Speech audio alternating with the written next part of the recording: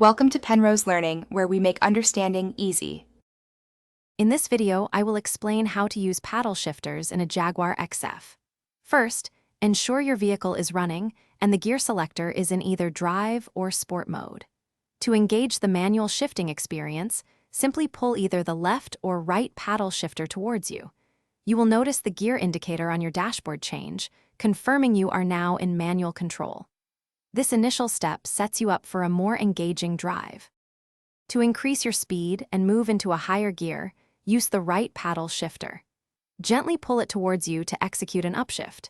It is generally best to upshift when your engine revolutions per minute are in the higher range, often between 2,000 and 4,000.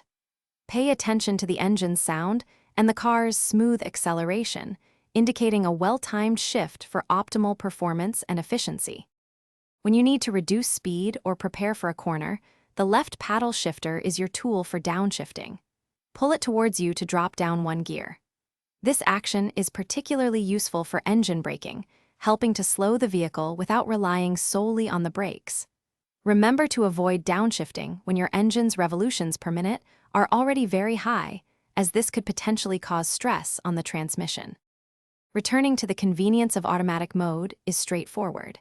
You can simply hold the right paddle shifter towards you for approximately 2 seconds, and the system will revert.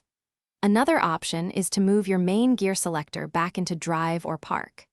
Additionally, if you leave the paddle shifters untouched for a short duration, typically around 10 seconds, the car will intelligently switch back to automatic mode on its own. Thanks for watching. If this was helpful, leave a like and consider subscribing. See you next time.